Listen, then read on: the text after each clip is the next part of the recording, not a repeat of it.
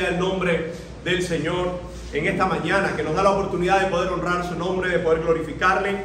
Y el tema que vamos a estar hablando hoy, lo que la carta a los Corintios comienza después de la introducción que estuvimos viendo el domingo anterior, que era cómo la unidad, la plenitud de la iglesia está en Jesucristo, la bendición de la iglesia está en Jesucristo. Acto seguido, Pablo, después de dar esta breve introducción, comienza ya a atacar los problemas.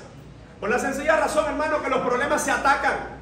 Los problemas se van de frente. El pecado no se le puede dar rodeo. Al pecado no se le puede pasar la mano. Tanto es así, el apóstol Pablo ahora va a dedicar unos cuantos versos a hablar de este tema que nosotros comenzamos en esta mañana, y es el tema cuando en la iglesia hay divisiones.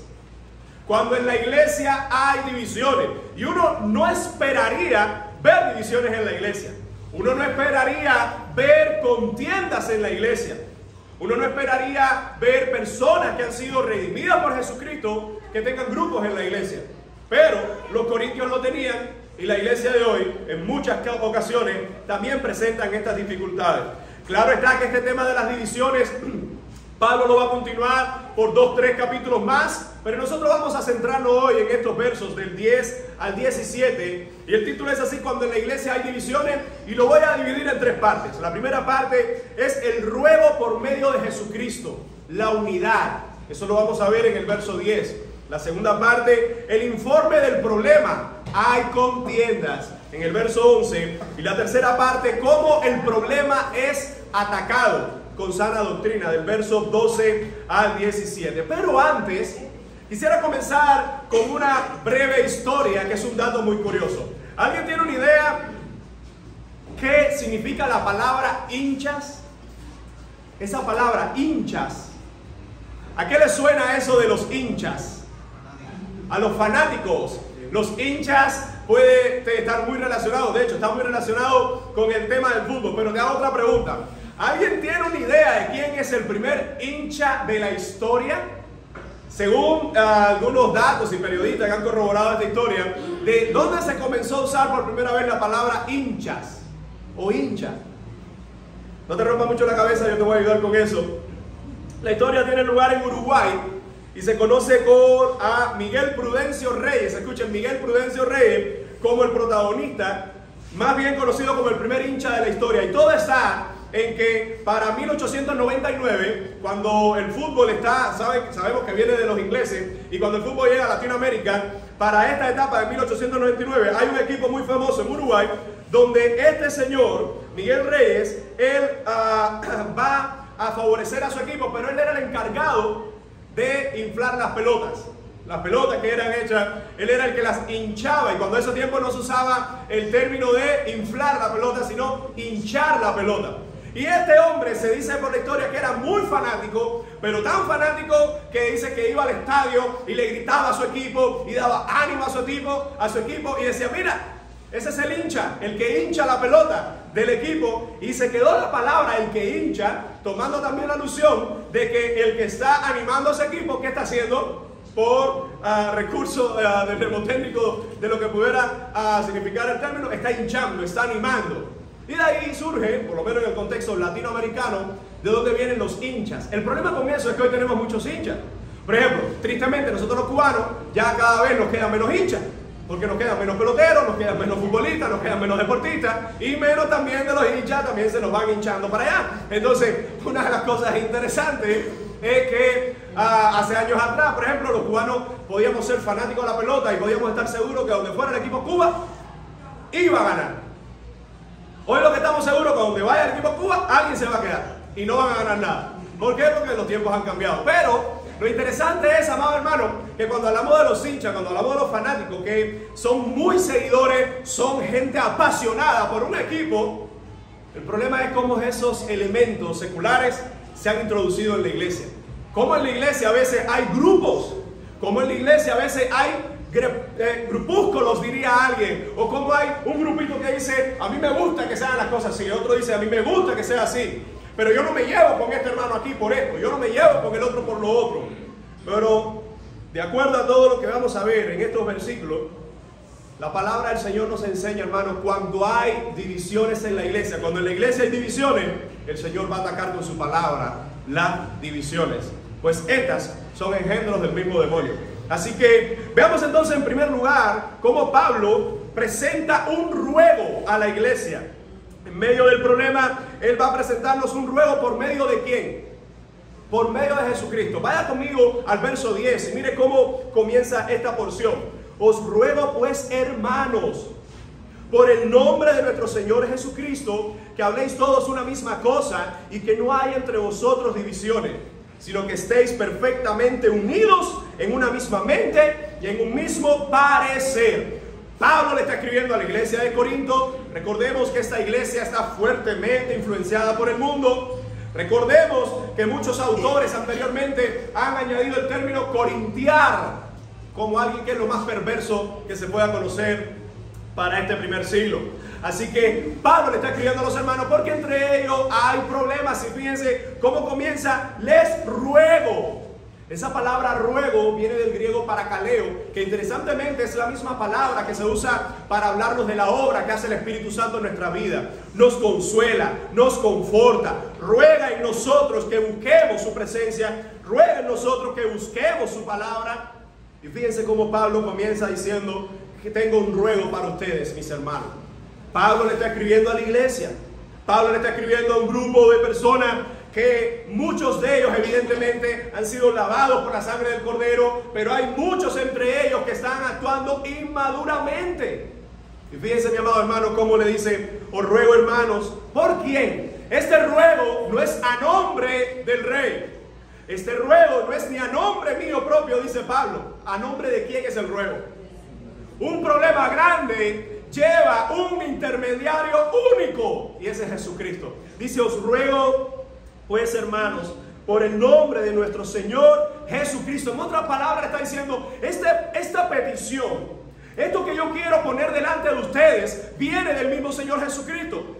Usted se imagina que alguien le diga: mira, traigo una encomienda para ti, ¿pero a nombre de quién? No, a nombre de fulano de tal. Y de acuerdo a la envergadura, a la importancia o al renombre que tenga esa persona, así de grande va a ser esa encomienda, ¿sí o no? No es lo mismo que yo te diga: mira, hay una señora que vive en tal lugar que dice que si tú puedes, le lleves a un cierto medicamento. A que diga: oye, tienes un hijo enfermo y está necesitando ahora un medicamento. Cuando se habla de las personas, es muy importante quién es el que trae el mensaje o hacia quién está dirigido el mensaje, porque sí tiene que ver quién está dando el mensaje, la importancia que pueda tener para uno o para otro. Y fíjense cómo Pablo dice: ruego, hermanos, por el nombre de nuestro Señor Jesucristo. Es decir, es un ruego divino. Lo increíble del caso es que para Dios, yo creo que en Él no hay ninguna duda de que, estás mal, fuera. Estás en pecado, eliminado. No te portas bien, fuera. Pero Dios no actúa como nosotros. Fíjense cómo en medio de estos problemas el ruego del apóstol por medio de Jesucristo. ¿Cuál es el ruego? ¿Cuál es el contenido de ese ruego? Dice: que habléis todos una misma cosa y que no haya entre vosotros, ¿qué cosa? Divisiones. ¿Cuál es el pedido del apóstol Pablo por medio de Cristo? El pedido. Ahora, algo importante, eso se le está escribiendo a la iglesia.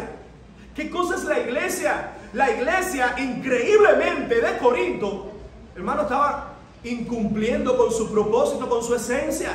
Porque el mismo término eclesia es alguien que se ha separado del mundo, del pecado, de las contaminaciones, por la gracia del Señor Jesucristo, para hacer ¿qué cosa? Un cuerpo. Y fíjense cómo el apóstol dice: el ruego es que hablen una misma cosa, que no haya entre vosotros divisiones, sino que estéis perfectamente unidos en una misma mente y en un mismo parecer. La idea de hablar una misma cosa, mire, usted con su esposo o su esposa, por muchos años que lleve casado, cuando hay dos, es imposible que haya siempre un mismo pensamiento. Es imposible que en todo se pueda estar de acuerdo. Es imposible que en todo se hable lo mismo. ¿Por qué? Porque son dos. Porque hay dos mentes, hay dos cerebros, hay dos pensamientos, ¿verdad? Y claro que con el tiempo el matrimonio, ¿verdad?, comienza a establecer códigos, a someter en ocasiones su pensamiento, a añadir el pensamiento del otro, a buscar la comunionía o la comunión con el otro pensamiento. Pero lo cierto es, hermano, que usted no va a encontrar a nadie que piense igual que usted en todo. Es imposible. Nuestros hijos. ¿Cuántos padres no quieren que sus hijos piensen igual que usted? Y que él, oye muchacho, si yo a tu edad, y quizás usted a la edad de su hijo era peor. Yo a veces veo a mi hija y la veo así tranquila y la regaño, por supuesto, y moldeo su carácter por la palabra del Señor como el Señor nos enseña. Pero a veces yo me acuerdo, bueno, no me acuerdo de los cuentos que me hacen. Que en una ocasión, ¿a qué nivel yo habría dado esa perreta? Que mi mamá me tomó por los pies y me metió en un tanque lleno de agua de 55 galones y se acabó la perreta. Yo digo, bueno, ese muchachito que hablan ellos no era fácil. Pero lo cierto es, hermano, que aunque uno quiere siempre lo mejor para sus hijos, lo mejor para su familia, nunca vamos a pensar todos igual. No vamos todos a estar de acuerdo siempre en lo mismo. Ahora fíjense cuál es el ruego: que hablen una misma cosa. ¿Cómo, Pablo, es posible que mi hermano y yo hablemos una misma cosa? Ojo, aquí no está diciendo que pensemos lo mismo, que digamos lo mismo, pero la idea de hablar una misma cosa, ¿qué es el hablar? ¿Qué es hablar? Sí, pero cuando hablamos de hablar, cuando yo estoy hablando, ¿qué es lo que estoy haciendo? Yo estoy exteriorizando, es decir, estoy sacando lo que hay dentro. ¿Sí o no? La abundancia del corazón habla la boca, iglesia. Cuando usted escucha a alguien que lo único que habla es, no sé, viaje, porque eso lo cae en su corazón. Que lo único que habla es deporte, eso es lo que hay en su corazón. Dinero, eso es lo que hay en su corazón. Jesucristo, eso es lo que debe estar en su corazón, pero eso no es lo que siempre la gente habla. Entonces el apóstol Pablo está diciendo, este ruego es que ustedes hablen una misma cosa. No es posible, hermano, no es posible hablar una misma cosa cuando nuestro corazón no abunda la palabra del Señor. Yo no puedo hablar con mi hermano lo mismo cuando en mi corazón lo que está abundando son las cosas de este mundo. Fíjense entonces cómo el apóstol nos va a decir que habléis una misma cosa y que no haya entre vosotros, ¿qué? Divisiones. La palabra para división aquí es cismas. Está muy relacionado con esto de cuando se divide algo por medio de un terremoto, que se divide, ¿verdad? Es el cisma que ocurre en este aspecto. De la palabra después ha tenido otras connotaciones. Pero lo interesante del caso es que es un ruego por medio de Cristo. Si es por medio de Cristo es que es posible, es que Él lo avala, Él lo demanda de su iglesia. Y fíjense cómo nos dice entonces, sino que estéis perfectamente unidos en una misma mente y en un mismo parecer. La primera frase, cuando dice estar unido en una misma mente, habla de, la palabra griega ahí hace referencia a un pensamiento. Pero ¿cómo se cultiva un pensamiento? ¿Cómo se cultiva un pensamiento? Porque un pensamiento no es algo que de pronto apareció y ya usted lo lleva a la práctica. La idea de cultivar un pensamiento evidentemente tiene que estar relacionado, hermano, con lo que nosotros estamos consumiendo. Si lo que estamos leyendo es su palabra, ¿saben lo que está pasando en nuestra mente? Que nuestra mente comienza a interiorizar esa palabra y todos los consejos que nos han dado en la vida, todas las cosas que hemos visto en la vida, todas las enseñanzas que hemos tenido en la vida, empieza en nuestra mente a ser moldeada con la palabra. Y cuando es el pensamiento bíblico el que predomina en mi mente, a la hora de actuar, hermano, a la hora de tomar decisiones, mi tendencia va a ser a tomar las decisiones que le agradan al Señor. Hay veces gente que dice, yo no sé, voy a ver si mi mente, si mi corazón me guía a tomar la decisión correcta. Tu corazón es engañoso. Tu corazón y el mío es perverso. Las fornicaciones, los adulterios, las envidias, las groserías, todo sale del corazón. Que la palabra del Señor, fíjense cómo el apóstol dice, la forma de estar perfectamente unidos, o la idea de estar en unidad, tiene que ver con lo que pensamos y con lo que opinamos. La idea aquí, en una misma mente y en un mismo parecer, la palabra que se usa para parecer tiene que ver con opinión. Bueno, fíjense, miren qué interesante. Usted conoce a alguien, habla con esa persona, y la persona comienza a hablarle que tiene los mismos gustos que usted. Y usted dice, mira, qué interesante, oye, nos vamos a llevar súper bien. Pero de pronto la persona le dice algo que va contrario a todo lo que usted cree. Y usted dice, ya esto se echó a perder. ¿Por qué? Porque el hombre, la tendencia que tiene el hombre es hacer afinidades con quienes, con los que piensan igual, con los que hablan igual, con los que tienen los mismos gustos, ¿verdad? Por ejemplo, alguien, esto yo me río porque hace muchos años atrás, yo veía cuando la gente tomaba café, y Pinar del Río acabó conmigo, porque yo no tomaba café. Nada, y a todas sus casas cuando iba, 12 años atrás, iba, ¿pastor café? No, hermano, los cristianos no tomamos café. En una ocasión dije eso, que era un chiste. No, los cristianos no tomamos café, y esa familia se puso así, se horrorizó. Le dije, es broma, tranquilo. Pues, ay, estamos en pecado toda la vida. Y después de la pandemia, como había poca comida y pocas cosas calientes que echar al estómago, entonces hay que empezar a tomar café. Y a partir de ahí, me he vuelto un cafetero como usted. Es decir, que usted tiene toda la culpa de que yo soy un cafetero, de que tome café. Ahora, cuando usted llega a un lugar y están conversando y están hablando de están hablando del otro, y te dice alguien, vamos a hacer un café. ¡Oh! ¡Aleluya! En estos días, no voy a decir el nombre, pero llegué a un lugar y en ese lugar dijeron, mira pastor, esta es la mejor muestra de café, y era la llave con... ¿cuál era el nombre? No, ¿cómo era usted? No voy a decir quién es, pero dime cuál era el otro. No, ¿qué chícharo? Reprende eso. Bueno, un café que se respeta hay que tomárselo con chícharo, por lo menos en Cuba. Bueno, esa hermana me dio, eran dos mezclas de dos bombas esas de café, y usted dice, por esto es que yo no le sentía ese sabor chico. Pero mira, hermano, no es agradable cuando te sientas con alguien, se toman un café y conversan y hablan de hora uno por el otro, ¿verdad? O comparten una tarde así agradable.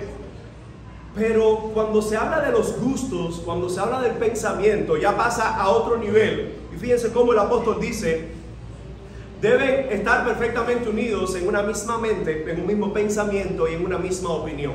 Eso es imposible a menos que sea por medio del Evangelio de Cristo. ¿Por qué? Porque incluso la persona que más usted ame, evidentemente en algún área no piensa igual que usted, en algún área no tiene los mismos gustos que usted. ¿Por qué razón? Porque somos diferentes, somos únicos. Pero cuando Pablo está hablando con esta iglesia, no está hablando que a uno le gusta el café y a otro le gusta el té. Está hablando de temas divisorios que son peligrosísimos, porque no es necesariamente lo que comemos o lo que podemos beber en este caso, sino era lo que había en su corazón. Y fíjense cómo el apóstol entonces nos va a decir, las divisiones que están existiendo en esta iglesia son riñas que despedazan la iglesia. Te lo digo de otra forma, no es lo mismo que tú y yo pensemos diferente a cuando pensamos diferente y actuamos en base a ese pensamiento. Hay personas que su único propósito es establecer su opinión. Todos los que nos casamos en un momento, yo creo que pasamos en alguna situación, en alguna etapa del matrimonio, pasamos por esa parte de, oye, esto no consiste en yo imponer todo lo que yo quiero, porque si no, esto no resulta así. ¿Por qué? Porque uno viene, te pongo el ejemplo, una muchacha que viene toda su vida de casa de mamá y papá, donde le han dado los gustos, han tratado de darle la mejor vida, han tratado de dar la mejor enseñanza, pero... y si por alguna casualidad es hija única y que todo ha sido para ella y que todo ha sido destinado para ella, ahora llega el matrimonio y lo normal y natural es que esa muchacha espere que su esposo haga lo mismo que su padre. Le dé todos los gustos, le acepte todos los berrinches, le pase la mano siempre, le dé todo, esté de acuerdo con todo lo que dice, y empezará el conflicto de que tu opinión no siempre es la correcta, mi opinión no siempre es la correcta. Ahora lo que está pasando en la iglesia es que Pablo le está diciendo, en cuanto a la mente y el pensamiento, ustedes deben encontrar la armonía. Por ejemplo, cuando se habla de la música, una noción mínima de la música es que el ritmo y la melodía deben ir en coordinación. ¿Por qué? Porque si alguien está cantando la única razón de mi adoración, y el de la batería, eso tiene un tiempo, y el tiempo es la única razón de mi adoración. Pero si el de la batería dice, es que no me gusta eso, yo voy a hacerlo de esta manera, y está uno por allá, la única razón, y empieza, la única razón de mi adoración. ¿Por qué no coincide? Y usted ve y usted dice, ¿y esa perrera de dónde salió? Esa gente es como un grupo musical que yo conocí en una ocasión de una iglesia.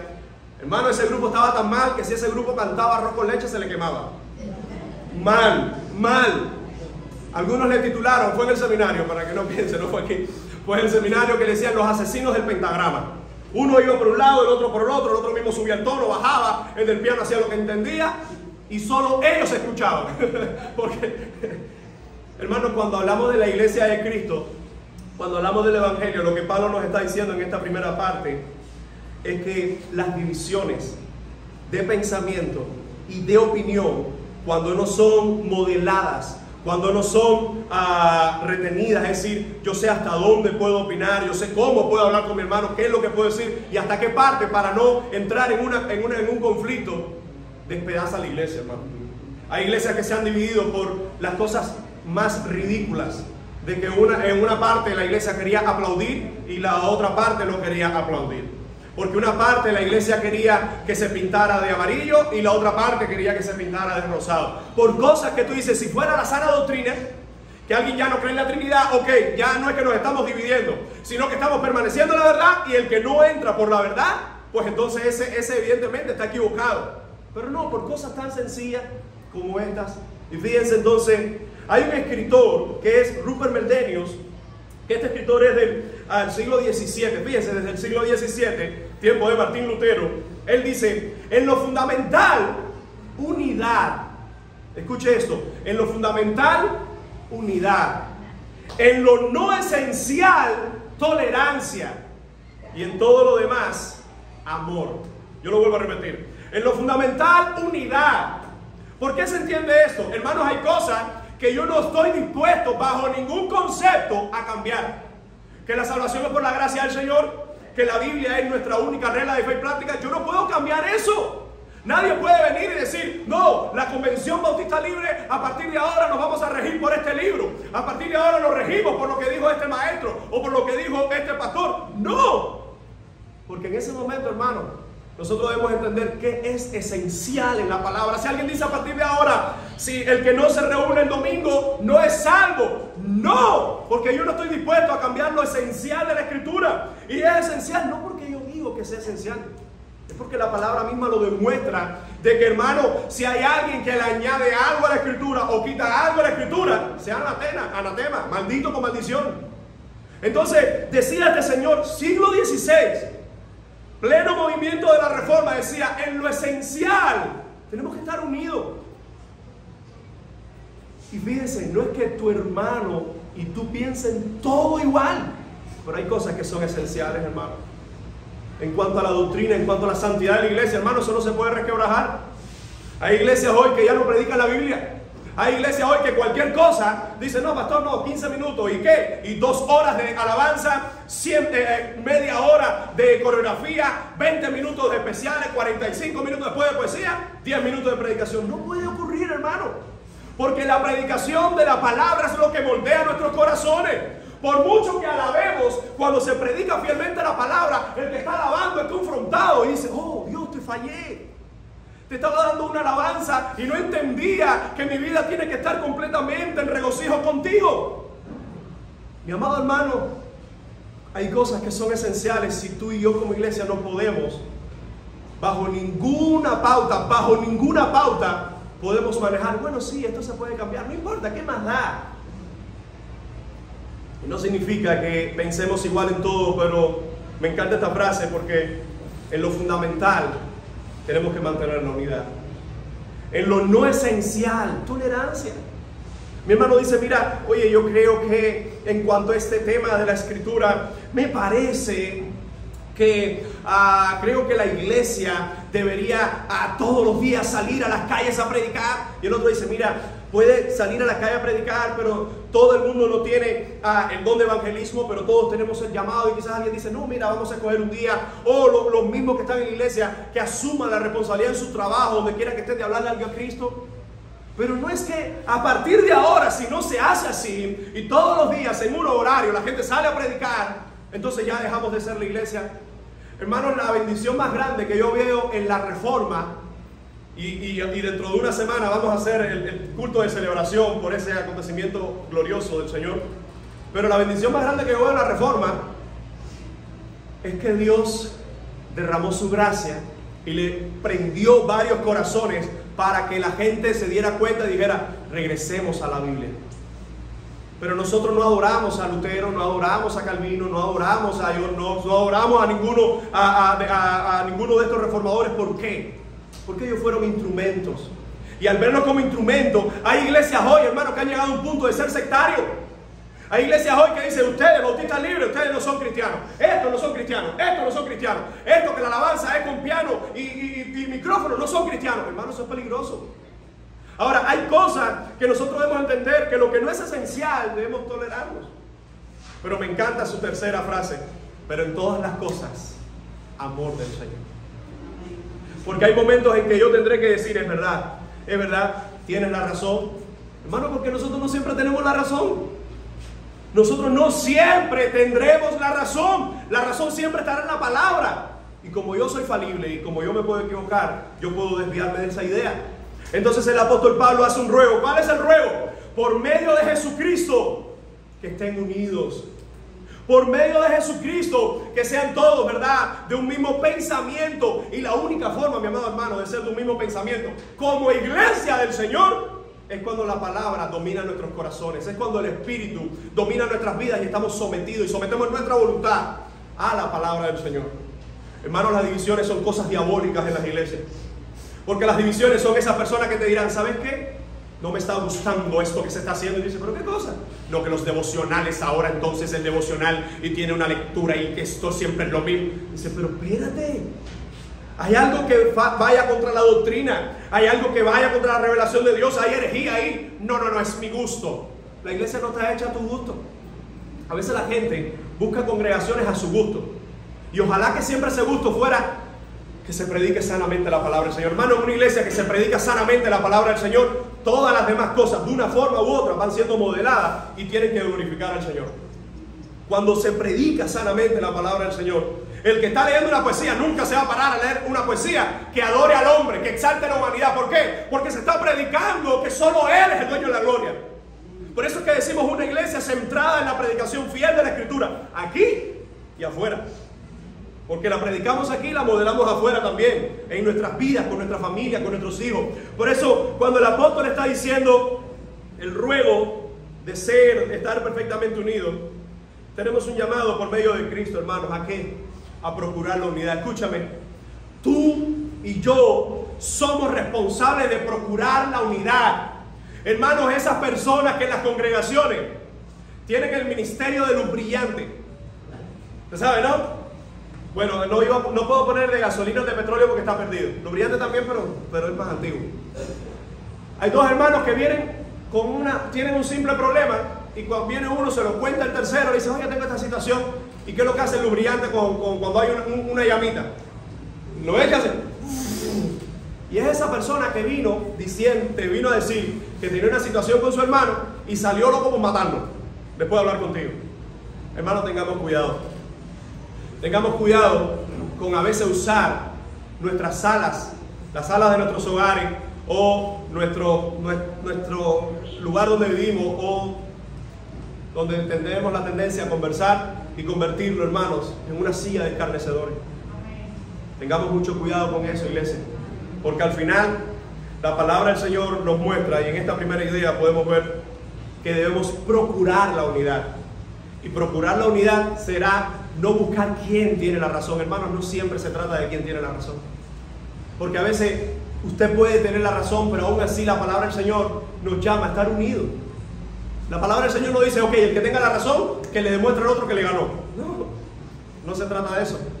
Se trata de que aunque podemos o no tener la razón, tenemos que estar unidos por Jesucristo. Hermanos, se trata de Cristo. Esta iglesia es de Cristo. Si fuera tuya o si fuera mía, esto sería un desastre. Pero como es de Cristo, se trata de buscar la unidad en Cristo. En segundo lugar, veamos entonces el informe del problema. ¿Cuál es? Contiendas. ¿Qué dice el verso 11?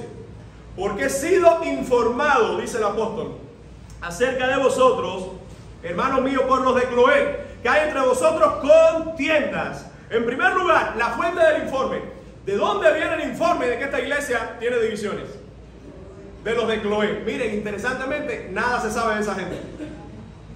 Uno puede buscar, hay algunos autores que creen que era una mujer. Hay otros que creen que es una familia. Hay otros que creen que era una iglesia vecina, pero lo que está claro es que no era de la iglesia de Corinto.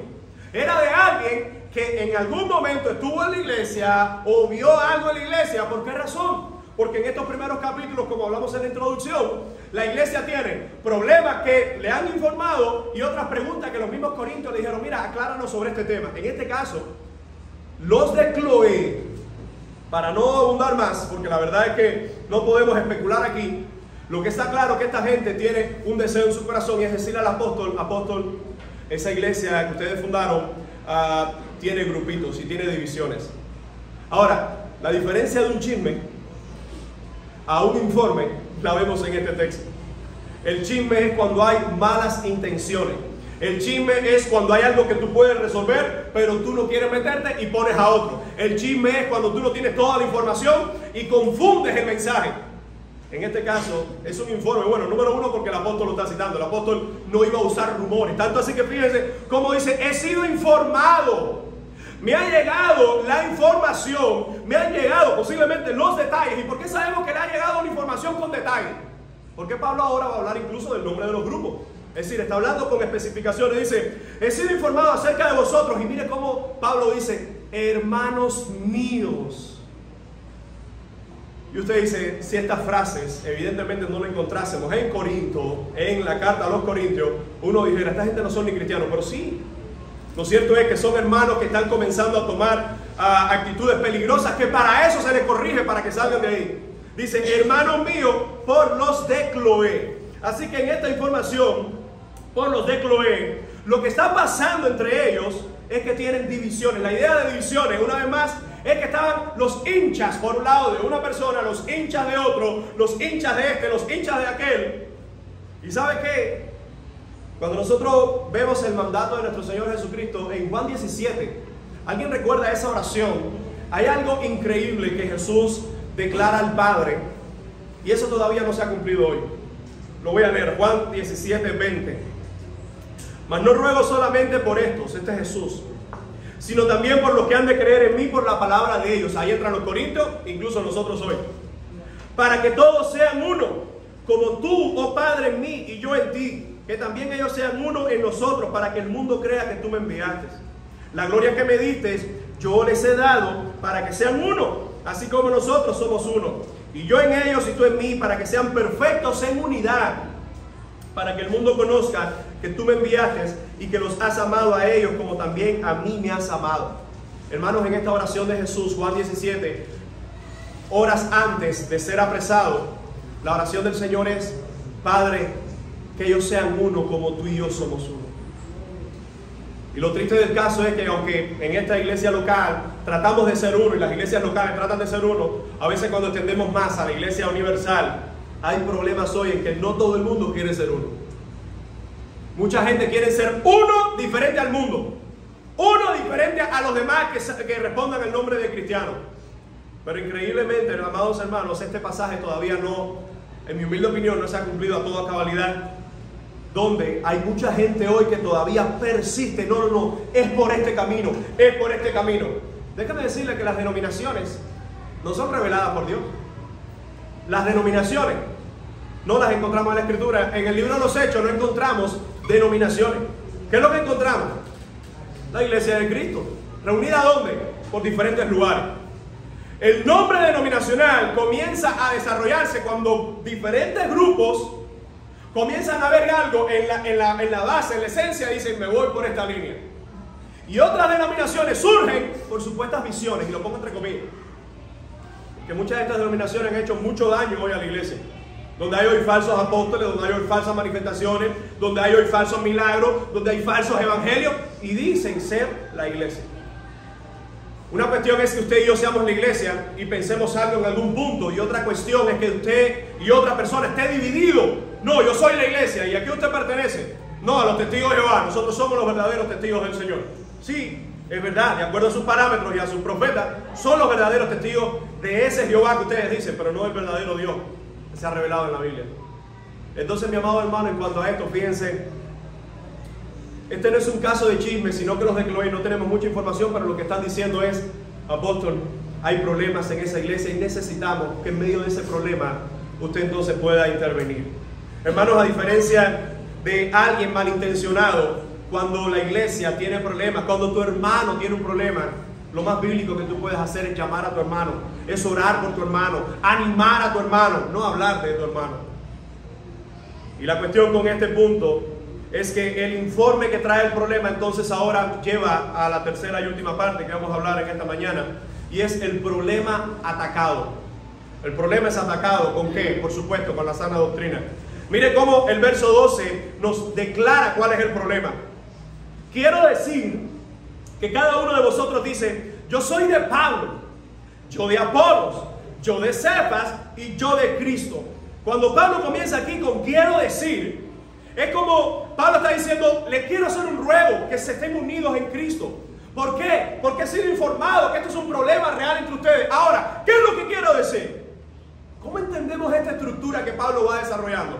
En primer lugar, le hace la petición de estar unidos. En segundo lugar, dice que deben estar unidos porque sabe que es un problema real. Pero en tercer lugar dice: mire, le voy a ir al grano, para que nadie piense que me voy a quedar. Hermanos, en otras palabras, al problema se le entra de frente, hermano.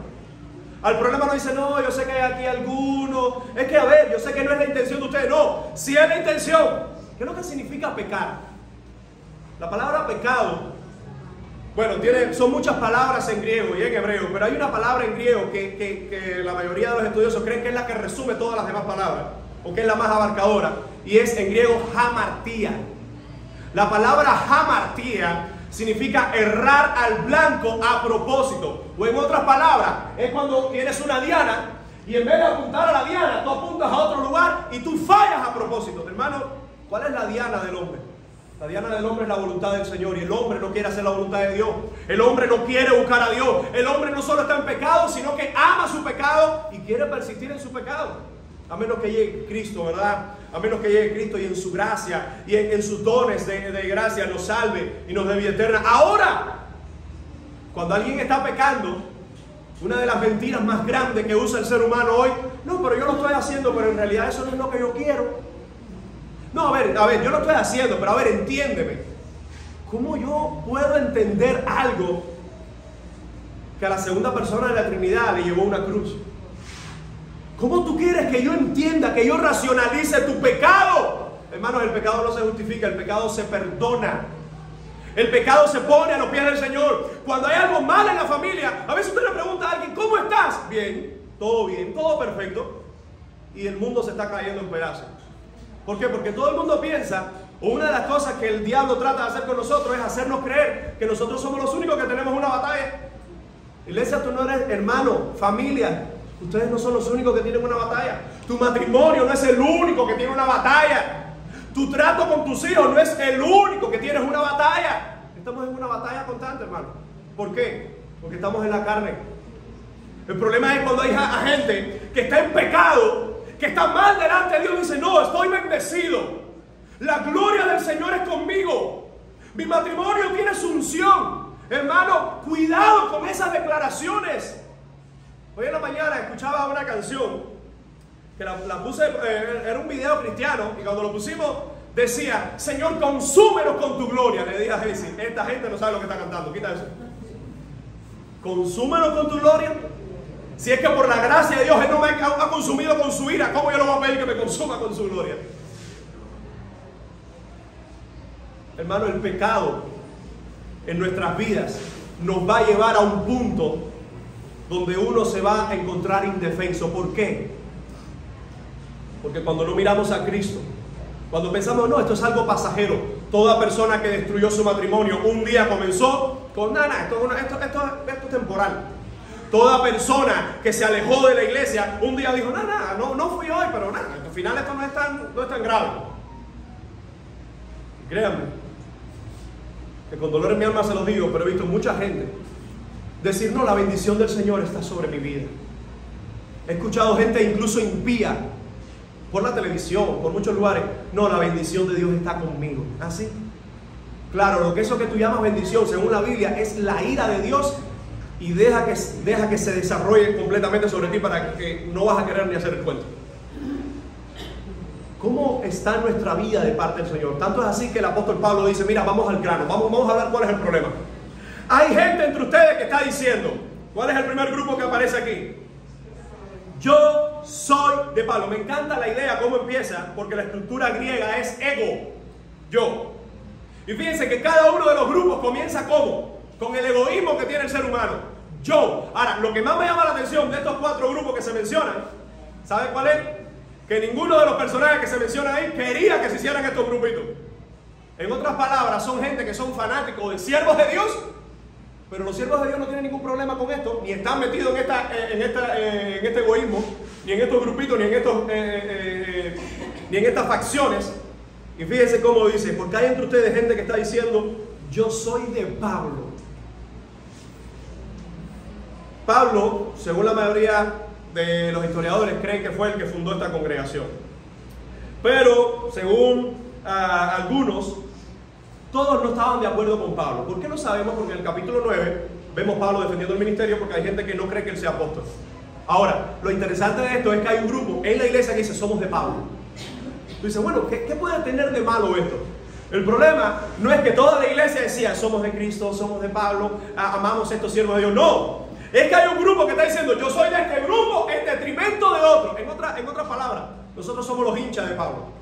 Nosotros nos gusta lo que diga Pablo, lo que dice Pablo, lo que habla Pablo, como él lo dice, la forma que lo expresa, la forma que camina, la forma que él piensa.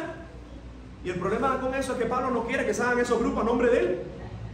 Fíjense cómo hay una nota que dice, Pablo, al rechazar este espíritu divisionista de los corintios, incluía defender la integridad incluso de Apolos. Tanto vemos así que en la carta a los corintios Pablo defiende a Apolos en varias ocasiones y realza, ¿verdad?, cómo este hombre era usado. Así que cuando hay un grupo diciendo yo soy de Pablo, el problema con esta gente es que ellos decían ser de Pablo, pero si en lo más pequeño, hermano, ellos estuviesen imitando a Pablo, ellos no serían un grupito en la iglesia aparte de los demás. ¿Por qué? Porque el mismo Pablo dijo, sean imitadores de mí así como yo de Cristo. Mi imitación es la de Jesucristo. Hermano, hay gente que se creen los caudillos dentro de la iglesia. Hay gente que se creen los que más saben de Biblia en la iglesia. Hay gente que se cree que porque llevan más años son los que tienen que dar todas las opiniones en la iglesia. Hermano, la iglesia es de Cristo, no es tuya ni mía. Tengamos mucho cuidado con esto de, no, yo soy del pastor fulano. Hermano, usted es ningún pastor. Esta iglesia, hasta el conteo que yo tengo, creo que va por 3 pastores. ¿Sí o no? ¿Sí, Lázaro? 3 pastores. 3 pastores. Pero ninguno de los 3 es el dueño de la iglesia. Ninguno de los 3 es el jefe de la iglesia, ni ha sido el jefe de la iglesia. Porque alguien dice, no, yo soy del pasado, no, yo soy de ahora, no, yo soy de fulano. Hermano, yo le doy gracias al Señor porque la Biblia dice, Jehová es mi pastor. Porque si la Biblia tuviese el nombre, Al es mi pastor, entonces si tu Biblia dijera, Al es mi pastor, entonces después diría atrás, todo te faltará.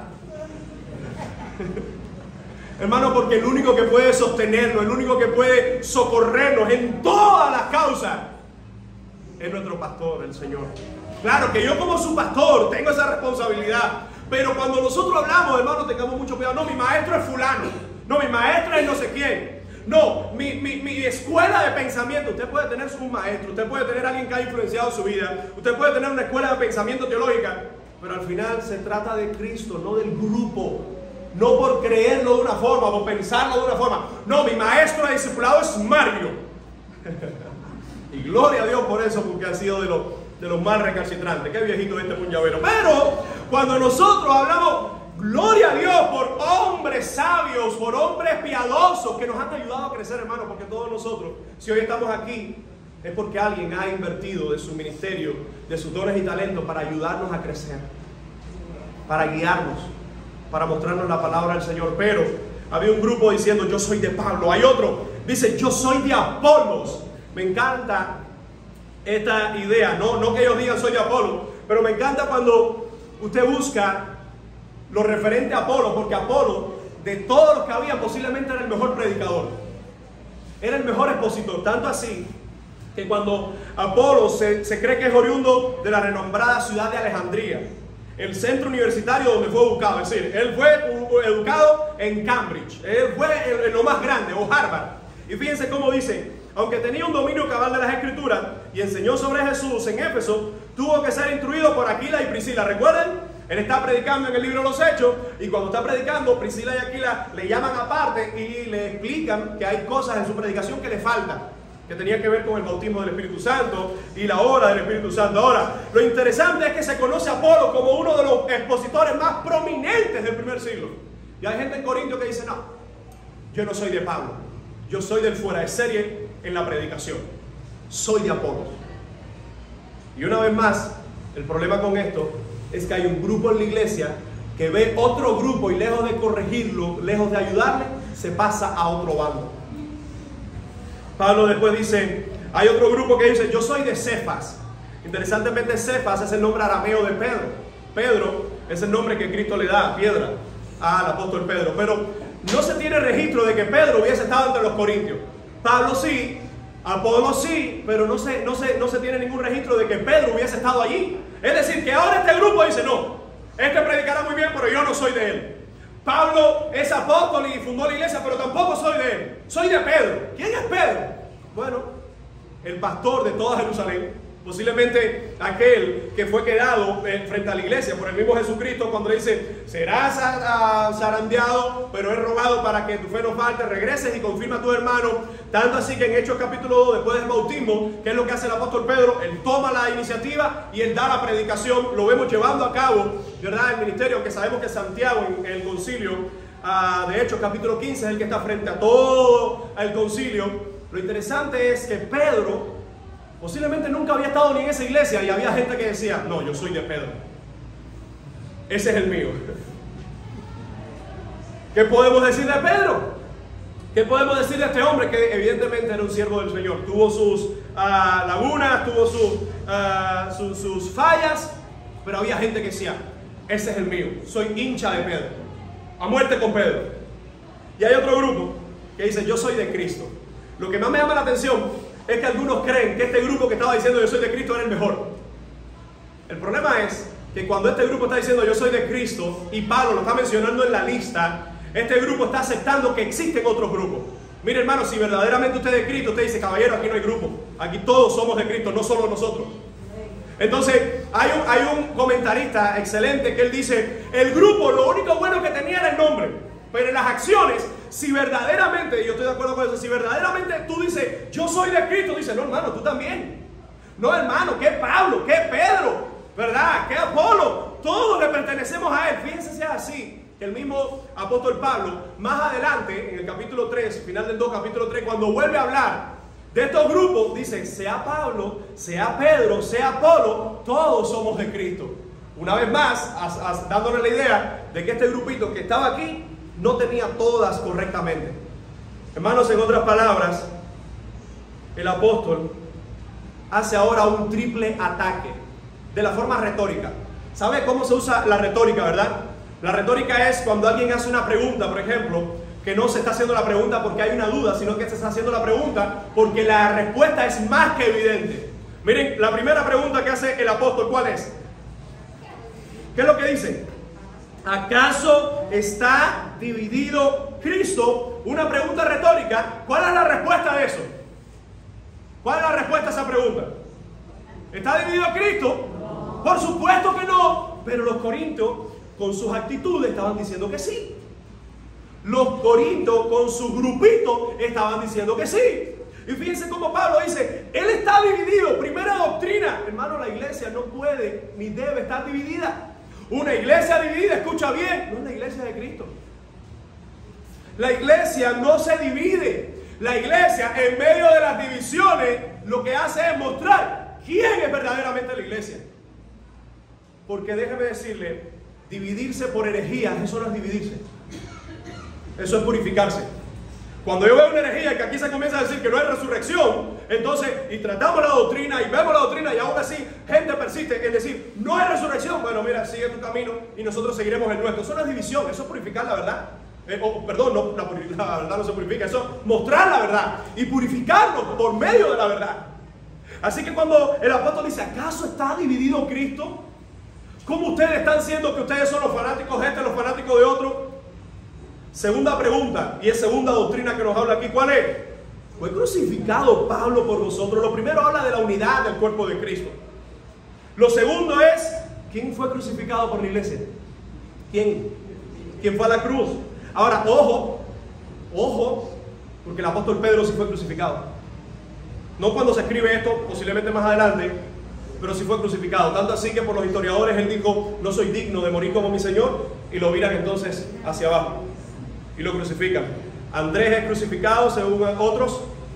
Varios de ellos, 3 o 4 si mal no recuerdo, son crucificados. Los demás mueren a espada, aserrados, apedreados, con lanzas, atravesados.